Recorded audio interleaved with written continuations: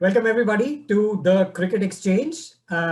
We are a bunch of super passionate, super crazy, totally bonkers cricket fans, like most of you are.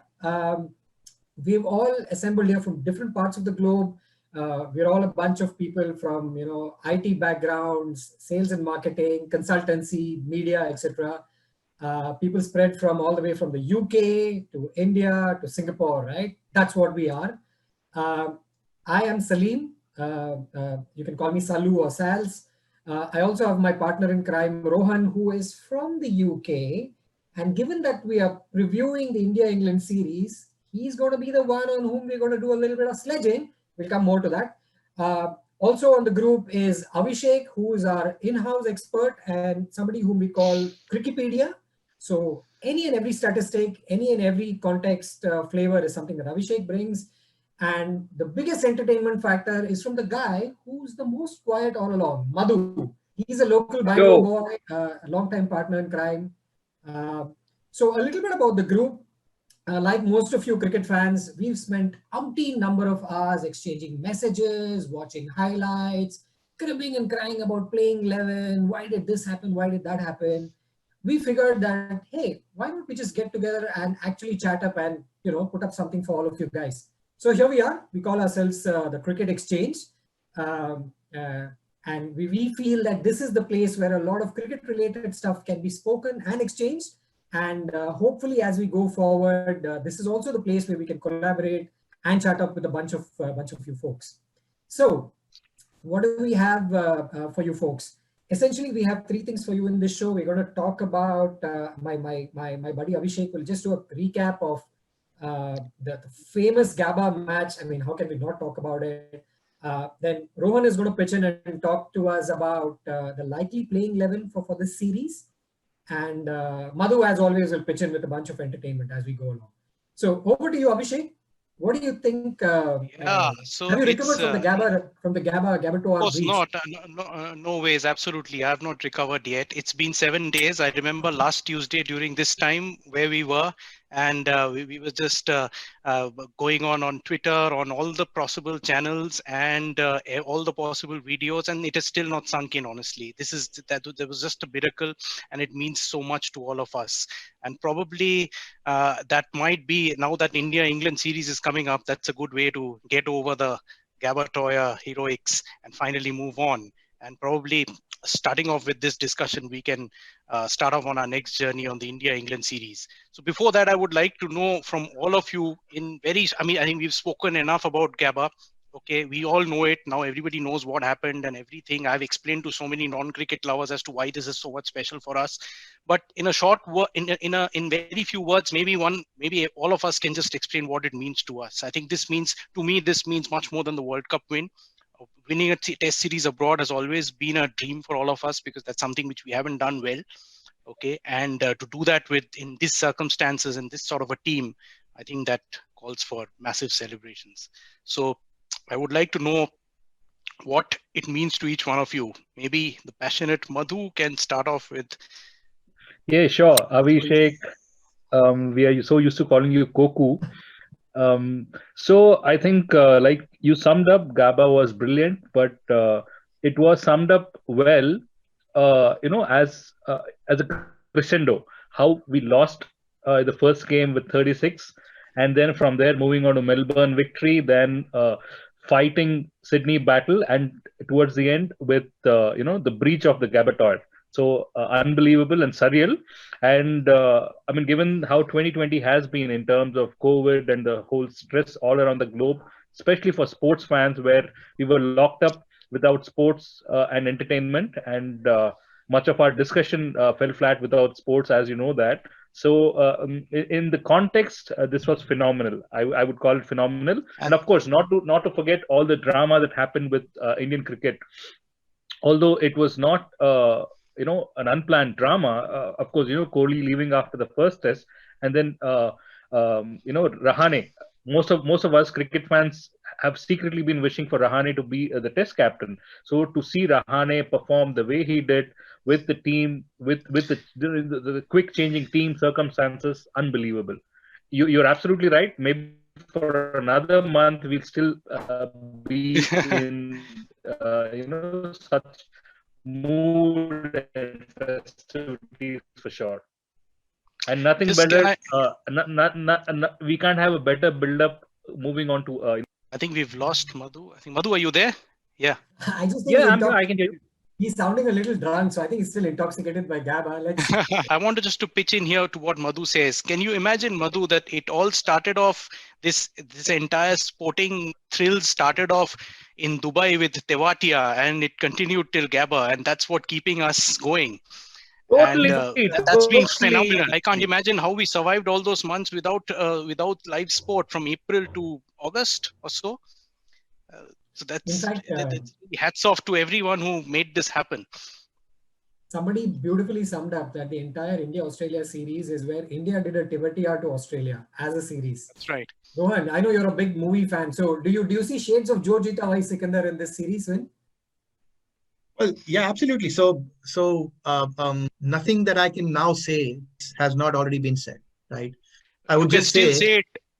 Everybody has his own andaz, so we are ready to hear it. Absolutely. Well, I would just say that this Test series, which was India versus Australia in Australia, proved why Test cricket is and remains the pinnacle of cricket.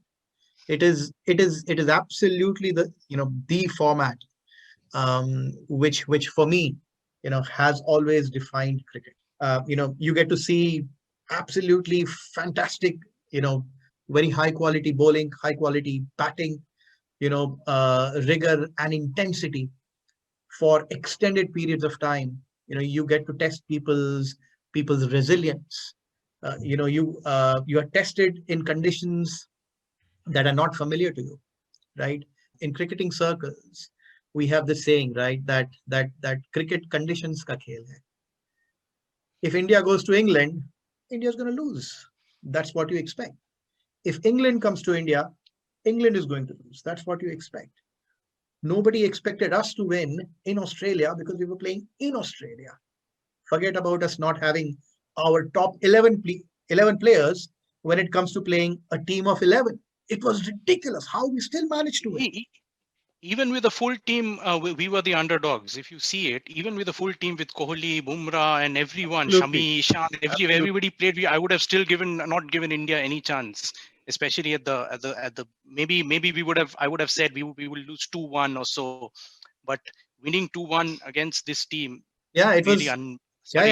Yeah. So like Salu said, you can compare it. You can compare our win here to the win of Sanju from Jo Jeeta Bhai Sikandar, right? It was just so thrilling right till the end. It was phenomenal, right? I did not sleep, I don't know for how many nights after that. I was just thinking about cricket all the time.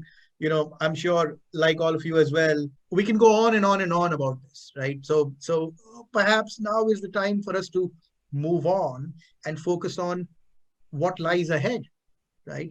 The next series, the next challenge. Remember, all this is us building up for and towards the World Test Championships. Right now, when I say we, India, obviously, we are leading the table. We may not lead it for long. We are playing against England, which is probably going to be our last series, isn't it, Abhishek? This is going to be our last series. That's right. Within this World Test Championship. And of course, that's hanging on a balance because of the percentages and all that. I don't know, that calculation just goes over my head. As it is, it was a difficult calculation. Now with the percentages and all that, it's become more difficult. I mean, I haven't tried to calculate all that. Even my marks in school, I was not that interested as much as I'm interested in the World Test Championship, all those percentages and all that. Yeah. So can we call it Test cricket's own Duckworth-Lewis? Exactly. That's a perfect way to sum up, Madhu. That's exactly it is. It is exactly that, because Australia will have completed only 4 series, and when they should be doing 6, and you're extrapolating that to 6 series. So however funny it might sound, but thanks to COVID and unavoidable, unprecedented circumstances. That is cricket for you, right? We just make it up as we go along.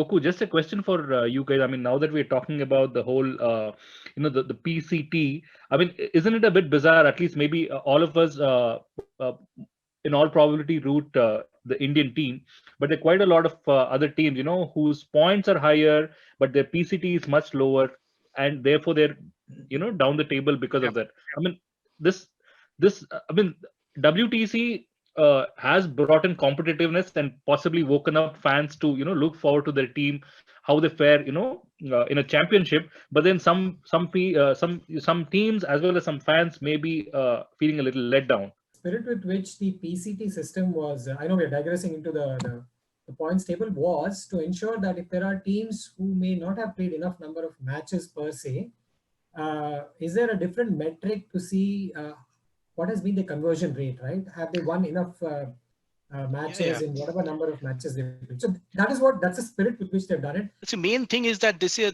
I think in 2020, the most used word was unprecedented. And in 2021, for us Indian fans, it's been resilience. Okay, so these are the two words which have been used. I don't know how many times we've used the word resilience in the last 20 days, ever since that Ash Vihari partnership. Okay, and coming back to the World Championship, what Madhu has pointed it out was that, it's a raw deal this time. Okay, this time it is a letdown. Bangladesh hardly got any test series to play. Even I think West Indies has not played much. So it's become a battle between the big four. But what to do? We have to take it in our stride for this year and maybe keep the cribbing to the next cycle. That's all what we can say, because anyways, it has to be one of those four teams in the finals. The disappointing, I was a bit disappointed that Australia couldn't play much of their series, because I think at least if they had played 5 series, then that could have been made some sense. But other than hoping that they at least have their series against South Africa. In terms of the India-England series, which is now coming up, what's the background, Abhishek? I mean, last time we played them in India, we blanked them 4-0. Yeah. Of course. That it is the 2016. Now let's officially move on to the India-England segment. Okay, Gabba is now behind us, so let's move into the India-England. So of course, just like Rohan said, we are favorites, and rightly so, because we are the home team. And last time we blanked them 4-0. Okay, they batted beautifully. They got a few 400s. Ben Stokes, Moeen Ali, all of them got 100s. Alistair Cook batted well, but they just didn't have the spin attack, because Swan and Monty were gone. Okay, and they just didn't have the spin attack in 2016 to take those 20 wickets. So if every time they would score 400 and we would reply with 600, and even 700 we replied in the last test. Okay, with that Karun Nair getting 303, your guys. Okay, that triple century was kind of like a curse for him, isn't that became a curse for him. So right now, I think Rohan is going to give us. Rohan can throw some light on it this time. As you say, conditions का खेल है, but ये conditions क्या है? Remember, पहला 2 test match अभी चेन्नई में होगा. 2 टेस्ट मैच आज तक कभी मैंने नहीं देखा कि back to back test matches कोई भी वेन्यू होस्ट कर सके, को होस्ट किया है, और ये back to back test matches होगा. And not only that, Madhu, in Chepauk, for the last 1 year, India has not had any first class cricket all over the country. कहीं पे भी कुछ नहीं हुआ है. So pitches पूरा fresh रहेगा. और चेन्नई में जानते हो कि बारिश होता है नवंबर दिसंबर में, तो अभी उसके बाद what is the situation? What's going to be the Chepauk pitch? Is it going to be the rank turner?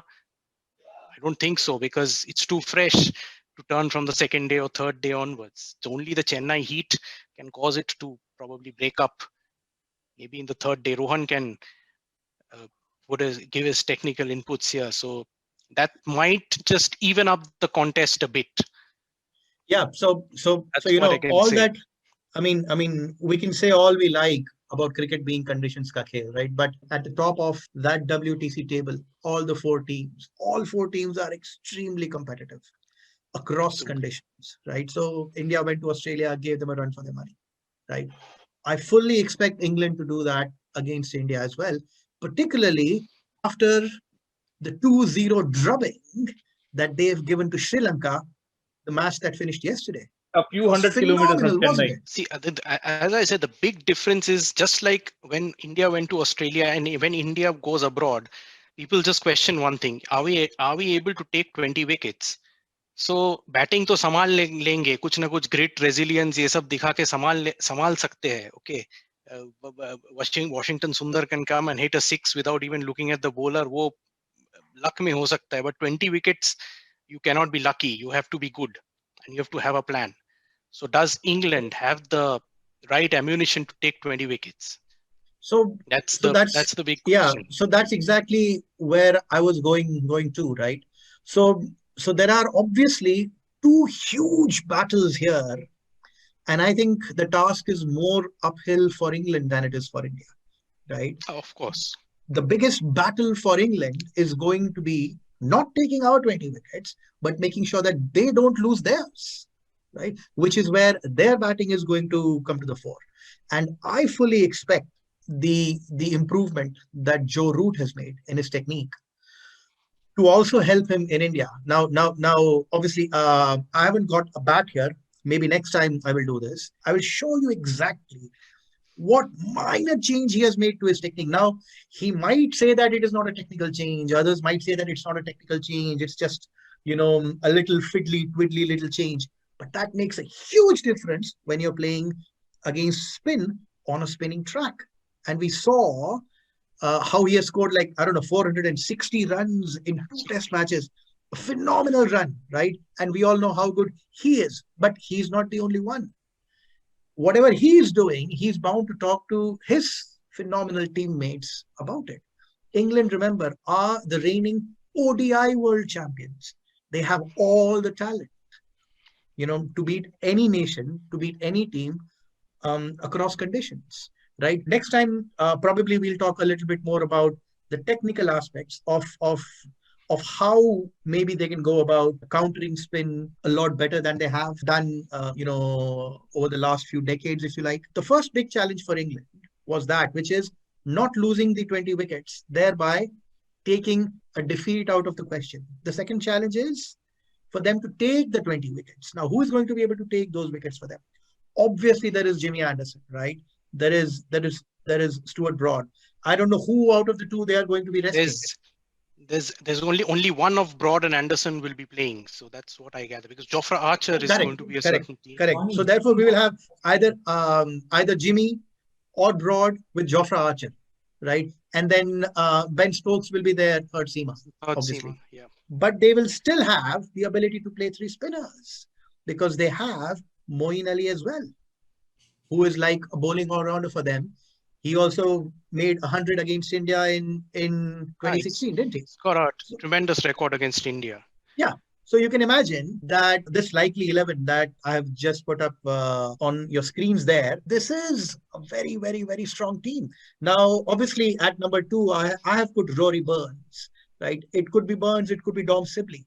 Now, Zach Crawley, in his recent double 100, I strongly think Zach Crawley will start at number 1. His double 100 last summer was a flawless knock. He has a very stand-up tall, uncomplicated, powerful technique, which, although very impressive to look at and very effective in England, maybe also in Australia and South Africa, may not work that well against India in India, because you need to be able to adjust your height. You need to use your knees a lot more than he does. And that is precisely one of the changes that Joe Root has made. And also Jos Buttler, who has been England's best player of spin over the last few years, also has that kind of a little, flex of his knees to be able to adjust up and down.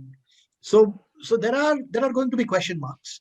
Dom Sibley has obviously done well in the second innings, in the second test match, after a string of 3 low scores. I would fully expect Rory Burns to basically come roaring back into the side. He is a proper fighter. Okay, I see Rory Burns as being a cross between a gutsy Dave Warner and also a gutsy Dean Elgar. I think Rory Burns can do really well, but we will see how he goes, because obviously we have Ashwin, and Rory Burns could end up being his bunny, especially if Ashwin takes the new ball within the first 15 overs or so, which in all likelihood he will. The other big question is about how effective are Jack Leach and Dom Bess going to. One of the key decisions that they have to make is whether to play Moeen Ali and Dom Bess, both of them or not. So if they play Moeen Ali and Dom Best both, then both the teams will be playing two off spinners, because India is also likely to go with Washington Sundar and Ashwin, because still Jadeja is injured. Our third spinner is in all likelihood going to be Kuldeep Yadav. Now their third spinner is going to be Jack Leach. Now I say third spinner, but I think Jack Leach is probably going to be the number one threat to India. So we'll see how it goes. That's obviously from our, India fan-centric point of view. Let's see how Just it a point, I think Johnny Bairstow's inclusion is still not yet decided. I think they are trying to, as of now, he's not a part of the team, I think, but he might okay. be. I mean, there's a popular demand to get him into the team, but I think he's been rested. So in his place, who do you think is so they have Dan Lawrence, right? Another young prodigy the who guy. made his debut in Sri Lanka, and I think he is in the squad for India as well. And I was just sharing this interesting anecdote with you guys late last week, wasn't I? Wherein as a 14-year-old, I remember him scoring 150 odd, not out in a club game against our first 11 side, and he was fantastic. No fuss. And you could see it from then itself that he's somebody who will go on to play for England. It was a question of when rather than if. So there is a lot of talent there, a lot of young blood, young talent as well. But that obviously comes with its own challenges, as much as it comes with its own opportunities. So I just wanted to bring out 2 points. One, a word of caution. If you guys have read Paddy Upton's book, right, he mentions that after India won the 2011 World Cup, they faced, there's a technical term for that, they faced a sequence where they lost a lot of matches, right? It's called, not exactly the dead rubber syndrome, but if you achieve something really great, then there is a big period where people take things either for granted or, they've lost the joy. So that's one thing I think India needs to be cautious about. Hopefully they don't get into that subconscious level of complacency. Second thing on a lighter note is I really want Moeen Ali to play because he has not been retained by RCB and he's going to face Kohli. And, that's one battle I really want to see, man. I want Moeen Ali to go all out in us. I mean, not as an Indian fan, but as a neutral cricket fan. Yeah. What we saw was what you mentioned here, that about the caution that we need to keep after the what we know all what happened after 2011, that we lost 8-0, that famous 8-0. So I don't think the one thing you have to remember there was that was a team of aging seniors, okay, and they lived to play that World Cup, okay. Even Rahul Dravid and VVS Lakshman were there, but that was rather the 2011. That phase was an end of an era. But here we have loads of hungry youngsters, and now after Gabba, they know that one failure and they'll be in trouble. So the only thing we need to guard against is, I think I'm worried about this, the same things what's happening to us. We are still suffering from Gabba fatigue. Okay. So that's something that might get into people like Pujara and Rahane and Ashwin, because they've been in that bubble since God knows when, from the IPL times. Okay. So that bubble fatigue might just creep in. Okay. I know winning a series like this lets you go off all the fatigue and all that, but bubble fatigue is something which might just creep in. But that's where people like Virat Kohli, someone like Virat Kohli who's more fresh, can really pep up the team and sort that out.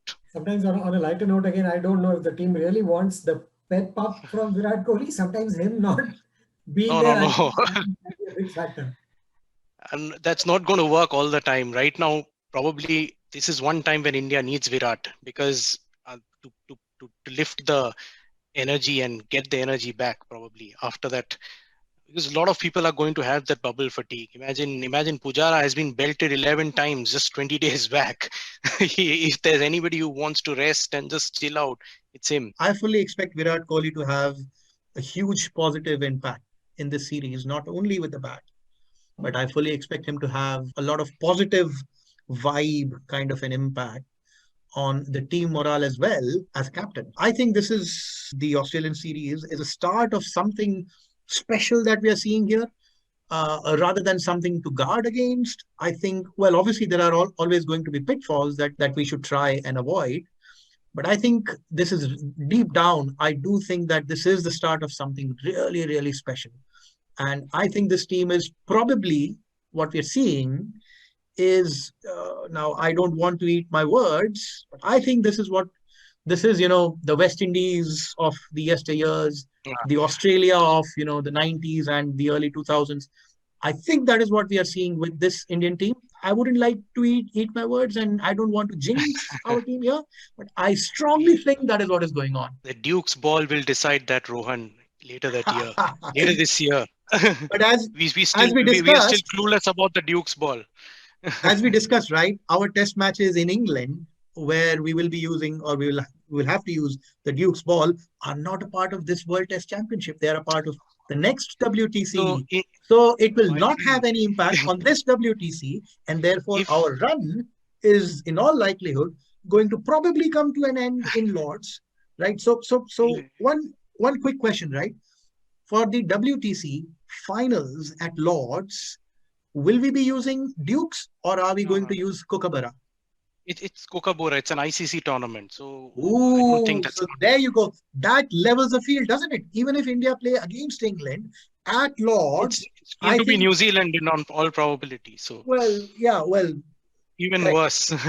So it is actually so close, right? The top 4 teams in the WTC points. Now, again, we are talking about WTC, right? The top 4 teams, the difference between team ranked number 1, which is India, and the team ranked 4th, which is England, is just 3 percentage points. India is at 71.7. England is at 68.7. And imagine how closely stacked those 4 teams are. Any 2 teams out of these can make it to the finals. That's how it is. No, actually, it's very difficult for England because England needs to win by at least 2 test matches. So it has to be either 3-1 or 3-0. That's what I last read. So, and I don't think England is going to win. Yes, England yes, is going to win. difficult for England. England is going to win 3-0 against us. So New Zealand is in the driver's seat, okay, because they don't have any points to neither gain or lose. So India needs to win also by a large margin. It has to be 3-0, I think. It's all or 2-1, I think. I think either of any combination of India, Australia, or New Zealand is possible. Since you mentioned about the West Indies team and the Australia team of the 2000s, for that to happen, we have a long way to go to because we don't have the batsmen yet. So we don't have the batsmen yet to reach that position. We have to crack the Duke's balls first later this year. Maybe Shubman Gill offers a hope. We need to improvise on that. There's no doubts about that. I have a question for you guys. What's the masala quotient? I mean, I'm just looking at this lineup and I'm wondering who are the players in the England team who are going to needle us. So there is your Joss Buttler and Ashwin, the whole Munkar thing. Hopefully, I mean, from an entertainment perspective, I hope that plays up. I also think Stokes is going to be the guy. He bowls in. Yeah, of course. He's the main guy because he's going to. That's what you mentioned. He's that lion-hearted guy who's going to bowl in the Chennai heat at 37 degrees. Even in the third session, he's going to steam in and bowl at 140 kilometers per hour. That's what lifts the spirit of the whole team. So that's what Ben's role is going to be. He's going to play a huge part. If Jimmy does play Anderson, he exhibits a lot of positive body language. He's somebody who's, I mean, of course, in 2014 he had the upper hand on Kohli. Kohli bounced back in the next series, but these are some of the guys that I'm looking forward to, right? In terms of just to add to the Jimmy factor, okay. I think where England needs Jimmy the most is going to be that pink ball test match at Motera. Okay, Rohan, for you, today the Motera Stadium got inaugurated. I mean, had its first match, and I saw a bit of it, the Syed Mushtaq Ali trophy, where I think Karnataka it was. Yeah, Karnataka. Salim and Madhu's team, they got bundled out for 87. And the pitch was green for a T20 match. It was a little bit too green. And Punjab got it in some 12 overs. And mind it, for the day-night test match, they are not going to give an underprepared pitch. Day-night test match, they have to leave some grass on it. What happened? I mean, like, are we out of the Mushtaq Ali tournament? Was it a knockout? Yes. Oh, yeah, it was a quarter-final game, and you guys are out. So what I'm saying is that in the third test at Motera, that will be a totally even contest because that's not going to be a dry pitch. That's going to have some grass because of the pink ball. They have to keep some grass on it. That's where Jimmy is going to be most dangerous. And Rohan, you can tell us about the evening conditions in Gujarat, surely. In Ahmedabad, just like in Mumbai, at dawn and dusk, the ball will swing. A day-night test match doesn't have a dawn, but it does have a dusk. So there is always swing available if the ball is new enough. Thank God this was on. Who would want to watch that? So that was the likely starting 11 for England. Should we go into the likely starting 11 for India? Of course. Madhu, why don't you Madhu, what's your take on this? No, I think we discussed this. This is the best possible lineup we could have. I had my doubts on Kuldeep, but I guess he's going to be our punt, to fox the English batsmen. So I think this is a perfect likely start. I badly want to see Kuldeep in action. I mean, I thought he deserved a game in Australia, but unfortunately, because of the lack of batting skills of a lot of others, poor guy didn't get in. I'm absolutely dying to see Kuldeep. I always get this feeling that with 3 spinners, the third spinner is somewhat underutilized. I don't know. Is that something you guys have seen? Rohan, have you seen that happen in some test matches? A lot of fuss is made about you needing a lot of spinners to take 20 wickets in India, and also you needing the ability to play spin very well when you're playing in it. But I think, given the conditions that we are more likely to have in this series, I wouldn't be surprised if fast bowlers tilt the balance here or there. Absolutely. And which is where I think the two sides will be sort of evenly matched, except England might have a slight upper hand, but because the conditions are Indian, Ishant and Bumrah might have a slight upper hand there as well, which is why the actual balance tilting factor will be Kuldeep Yadav, because he's the only wrist spinner across the two sides. Salim, back to your point, we have seen this so many times, right? In so many test matches where bowler number 5 ends up being underutilized. Usually, if you're playing in India on a dust bowl, it happens to be your second fast. Jayant Yadav, remember Jayant Yadav? Because Ashwin and Jadeja were so good. He scored a century. You didn't need. Yeah, he did. Yeah, he scored a century in the same test where he was underbowled. Well, at least he did get a game eventually, right? So if not bowling, he made it count with a bat. And obviously, he is one of those guys who has not had enough opportunities at the top. But obviously, there is only so much that you can do with cricket team places. There are only 11. And, we are 1.35 billion, 500 million of them would want to go ahead and play. I am still wary about Ishant coming back. While he's a champion, no doubt, but he's coming straight back from injury. And just having 2, fast bowlers, so maybe Bumrah is going to be a little overworked. We don't know. If you ask me, there is absolutely no harm in playing Siraj, because Siraj does great work with the old ball as well. And also see, the point about 3 bowlers, right? I'll contradict myself. I actually am beginning to see Sundar more as a batsman. So even if he just plays purely as a batsman, if he bowls, a few 5 or 6 or 8 to 10 overs to some of the left-handers, that's good enough for me from Sundar.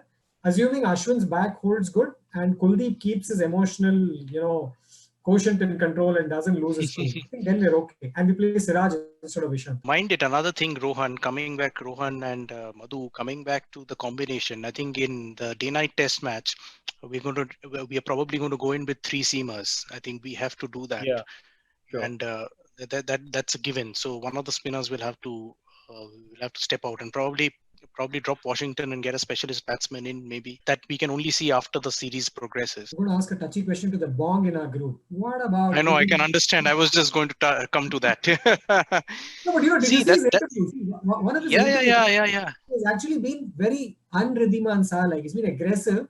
He's keeping is a specialist position, right? So he's actually making a push for himself. So let me give a situation here. First test, Chepauk, obviously Pant plays as a wicketkeeper batsman.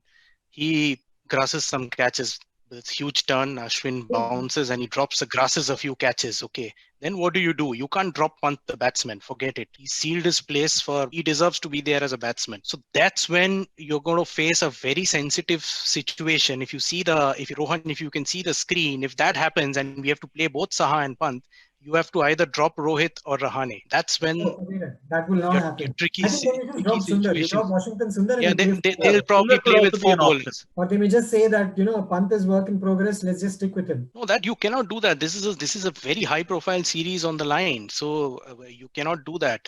And it's very unfair on Pant as well, because if he's expected to perform as a batsman or as a pure batsman, coming in at 5 down, I know that's not going to happen. That was an exception for Australia. But whenever we play abroad, I see Rishabh Pant might have to bat at number 5 more often. Keeping Rohan can probably highlight on that. Keeping wickets and then batting at number 5 is not going to be a long-term solution. Adam Gilchrist, the great Gilchrist, he always batted at 7. in that great Australian team, he has never ever batted at any other number other than 7. Once he was sent at number 3, I think he got out for a duck, but his was number 7. Basically, his batting was considered as a bonus. We cannot treat Pant's batting as a bonus. We require his batting. On that point, I fully agree that a wicketkeeper's position, especially when keeping against a square turning ball in India, is key. And that is where Pant versus Saha debate might come up again. But there are two mitigating factors here. One thing is, as I already said, we are probably making too much fuss about spin in India and the role of spin in India. I think the spin will have a limited role to play.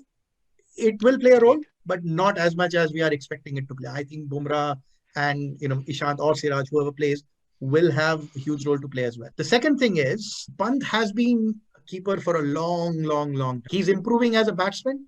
I would be surprised if he's not already improving as a keeper also. We see signs of his improvement, sure, in keeping as well. I wouldn't be surprised if, unless Pant grasses too many or ends up in, a horrible run of form with the bat, I struggle to see if there is any chance for Saha to come back into this team at all for the foreseeable future. It is slightly controversial thing to say, because I have huge respect for Saha as well, not only for his keeping, but also for his batting, and also because he's a much more experienced cricketer overall than Pant. So there are many factors in his favor as well, but I just have a feeling, again, there are only 11 places. There is only one wicketkeeper slot. I strongly suspect that it is a very difficult road ahead for Saha if he's not going to be mentally strong and expect to be sitting in the dressing room for most of the match. Guys, I have a solution for all of this, which can be, it's like the Ramban, in Ramayana we used to watch, right? This is like the Brahmastra. India should just field 2 11s. That's it. End of story. Just field 2 11s. Clearly, we have 22 of the world's best players. I really hope. I know it can never happen. It won't happen, but I think that will be a cool thing, right? If that happens. No, but what I had proposed was, I think I spoke in the WhatsApp group as well. A team can always play parallelly at 2 locations. India can play England now, and a second string, and another Indian team can simultaneously play maybe a lesser opposition like Ireland or Afghanistan. It's beneficial to both parties. I mean, why not? I mean, I just read about it somewhere that somewhere in the 1930s or so, England was fielding 2 teams. One was playing New Zealand and one was playing West Indies, something like that. So these sort of things ICC can allow and be a bit flexible. So it will be beneficial to the developing teams as well, and it will be beneficial to the Indian cricketers as well. But in that scenario, would the statistics of the second match count as official? No, of course. Yes. That's the thing. If the statistics doesn't count, then it becomes India A. So that's something which we already have. So that's no need to worry about. See, that's the thing. Have 2 official Indian teams playing together. I don't expect the ICC to actually make a concession for India. Although, we might all... Not for India, anybody can do it. Anyone can do that. I mean, just make the rule that anyone can do that. Even Australia can field, England can field, anybody who can afford to do that and who feel that our second string team can beat Afghanistan or Ireland, they can go for it. One of the ways of making such a thing practically possible is going to be the fact that do not call one team your main team, another team your second string team. It is just both. Call both of them India. Yeah. Call both of them India. Yeah. Call both of them India. Even a slight change in name. Yeah. Of course. It is the second string, if you like, team that is playing against another country. It is that country which will say, we don't want to play against this team. We want to play against your main team. Call both of them India. See, it actually happens, because India, Salim, it's another favorite topic between me and Salim. See, India has got this fuss that they field the same players in the T20 as in the one days and even the tests. There's a lot of overlapping players, much more than the other teams. Remember, we have spoken about it many times that we lack the X factor players in T20 because other teams, they field a totally different T20 team for internationals. So there has been many occasions when very recently there was where on one particular date, one Australian team played a T20 match, and the very next day the Australian test team was playing a test match in India. So it has happened, and it's been happening because Australia fields 2 completely different teams in T20 and tests, and even England, I guess, does the same.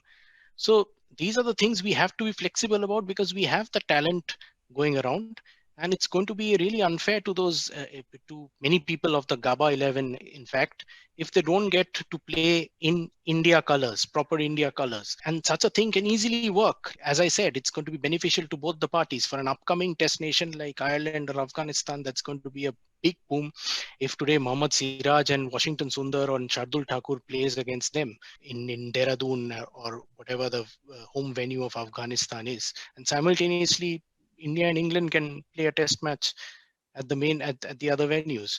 So that's something which we can seriously give it a thought. So just because of Saha, you want to split and have two Indian teams? But I love the idea. I love the idea. I mean, see, in the end, it's Test cricket that's going to win. You know, you have more tests. Yeah, Obviously, absolutely, you're bringing in more telecast rights, more marketing, and of course, you know, a more packed calendar. And why not? Yeah, I mean, if so, for instance, Australia can have a big team. I mean, Australia has a big pool of players. England, Yep. you know, maybe India, maybe even Pakistan, for all you know. So Yeah, I think of course. it's time we you know, we brought in this flexibility. Of course, we all know how sports bodies work. I mean, they're very rigid in the way they bring about change. So let's hope for the best. But I think it's time that this idea, you know, is put into practice. If anybody is skeptical about Test cricket being the purity of Test cricket being destroyed, start off with ODIs and T20s. I mean, what stops the GABA 11 people from our people like Mohammad Siraj to play a one-day international against Ireland, or a T20 international against UAE maybe. So these sort of things will have to be worked out. Wasim Jafar has been very active on Twitter, as you know. Yeah. So that's something, Rohan. What is going to be Joe Root's strategy? And I think we are going to see the Swachh Bharat Abhijan. That's what Wasim Jafar has tweeted about, and that means that he's going to play the sweep shot. A lot, is it? Yeah, he's going to sweep a lot. So, what do you think the Indian bowlers' answers to that would be, to the sweep shot? Because I think कुछ भी हो जाता है, spin को अगर जीतना हो तो sweep shot हमेशा काम आता है. That's what people say. अरे but Gatting ने भी try किया था ना, the famous sweep shot which didn't work for him. So I Gatting ने Graham Gooch ने क्या किया था, हमें World Cup से निकाल दिया था वो एक shot खेल के. The sweep shot, it can work if used correctly and against bowlers that can be swept. Not all bowlers and not all deliveries can be swept. Maybe not a Sundar, correct.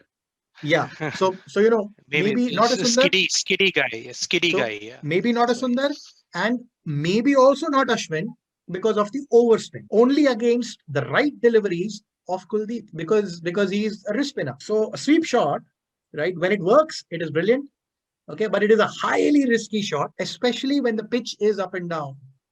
If you're not to the pitch, which most of the time you will not be against these accurate spinners, then you need to be able to trust the bounce. You only sweep when you want to counter the sideways movement of the ball because your bat is coming horizontally. So irrespective of how much the ball spins, correct. So you should be able to. Third or fourth day, the bounce is going to be, when bounce becomes uneven, then sweeping might be a bit risky against Ashwin. Yeah, correct. It is risky. Most attacking shots are risky. But if employed properly, it can be very useful. Like it was very useful for Joe Root. Again, it depends upon what rhythm you have when you're at the crease. You must have that flex in your knees if you want to be a successful sweeper.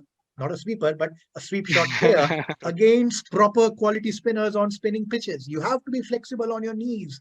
You need to be able to go down and up and adjust because sweeping is generally a predetermined shot.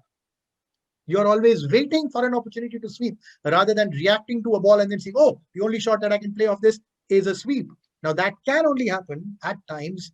For it to be not impulsive is when the line is a little bit more leg side. Otherwise, it has to be a sort of a pre-decided, premeditated shot. And it is an attacking shot. So all of these things come with risk. It is about balancing. So, you know, to say that the sweep shot will rescue England, sweep shot is the way to counter spin in India. Counter, yeah. Is all you know, questionable to say the least. One more thing I wanted to point out is that in the recently concluded test match, which got concluded yesterday, it was a pretty thrilling test match. England's first time it has happened, in the first innings, all of England's wickets belong to the seamers, and in the second innings, all of England's wickets belong to the spinners. Yeah. So if you remember our WhatsApp conversation between the two innings, when I had said, wow, these England spinners are not able to take wickets in Sri Lanka against Sri Lanka, how are they going to perform in India? And then in the second innings, they took all 10 wickets.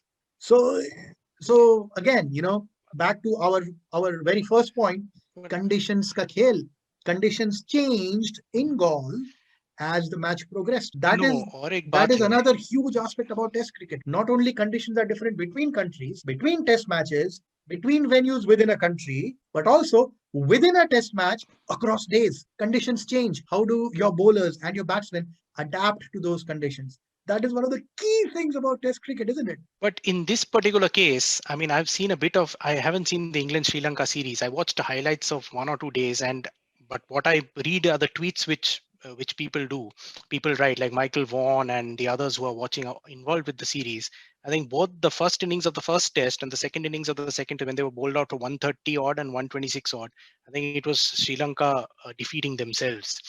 Some of the shots which played were atrocious. Absolutely, I've seen that. Dom Bess getting a 5 for 30 on the first day. That's probably the most undeserving 5 for you can ever think of. Okay, it was atrocious Test cricket, atrocious shots. I mean, Sri Lankan, the same team came out in the second innings and scored over 350 runs, I guess.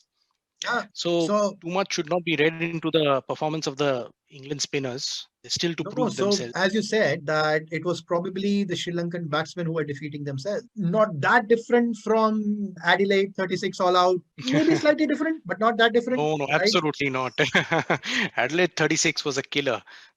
so again, we can all discuss, and we have discussed this many times. Adelaide was also fantastic bowling conditions, very difficult things that our batsmen had to face, and also all the luck going against us. But at the same time, that's what a batsman is supposed to do. The first thing to do is not to get out, right? That is the primary aim of a batsman. Don't get out. How many runs you score is your second goal. Goal in a Test match is not to get out. So obviously, we can discuss about that. Losing wickets in a heap is usually the batsman's fault. And when you lose wickets in a heap, it is usually bad shots which make up the highlights reel. And that is what we see. We don't really see what is going on in the minds. I think rather than the pitch and the bowling and the conditions, well, all these things do play a part. The match is lost here. And I think that is where the Sri Lankan wickets were lost, and that is where Indian wickets were also lost. I will stand by myself when I say that, India did not lose all 9 wickets that day. Obviously, we only lost 9 wickets, right? 36 all out. So India did not lose all 9 wickets to unplayable deliveries. I don't think we lost even even more than 3 or 4 wickets to deliveries deserving wicket. I mean, I don't consider any delivery to be deserving of a wicket unless the batsman cannot keep it out, right? There is nothing that can deserve a wicket. Yeah, it's the probability. See, if say someone, a bowler like Josh Hazelwood bowls at that proper off stump line, the probability of getting the wicket increases. That's the thing, and that's the job of the bowler, that I need to make sure that the probability that the guy is going to nick should be as much as possible. Just getting back to this Glenn series, McGrath used to do. Just as we're close to wrapping up, I just wanted to push this back to Madhu. From a marketing perspective, Madhu, what's the buzz in India media circles about the India-England series? I think, as usual, I mean, we are Lions at home, and we've just come back from an incredible series. So obviously we are upbeat, but a little more, serious fans are wary of, England's top-notch performance in Sri Lanka. And obviously they'll want to bring in a bit more balance. And of course, King Kohli is back. So obviously there's a lot more money behind, cricket for the next few weeks. There are no crowds. And God help. Chennai is... No crowd. What about Motera? No crowds. Motera will have some crowds? But I mean, they'll take a call when just before the Test match. Right now they haven't decided on it. But the government has given a go ahead. I mean, they don't have any problem. But even in Chennai, the government had given a go ahead. But I think TNCA, they didn't want to take a chance, so that's why they didn't have the. I think during the IPL build-up, CSK had a camp there, and I think 1 or 2 players picked up. I think probably because of that, they didn't want to take the risk. I think it's better they do that. Yeah. But guys, this has been a good chat. So yeah, for a good result, and let's see. So finally, let's. We need a prediction from everyone, I guess. Though I feel that it's a highly unpredictable series. Okay, and I don't believe in these predictions, but since it's a channel and we must have something, so yeah, I agree with Salim. I think it's going to be 2-1 in favor of us. Okay, Rohan has a different prediction. Rohan says 3-0. I stick to 2-1. 3-0. I stick to 2-1 India. Yep, It same is, I here. mean, there will be one We have match to on be. where England will win, given somehow they will win one, and India will sneak in two. And personally, I don't know how we can ever pull out a draw between these two teams unless weather plays a role. So it could be 3-1 or 2-1. That's my prediction. Let's see. So thanks everybody for joining in. Please like, subscribe to the show, and just talk about us. And hope the magic continues. Yep. Okay, see you guys. All right, it was fun All the catching best, up. India. Yeah. Let's catch up once again once we are more closer to the Test series, 5th of Feb. That is. Yeah.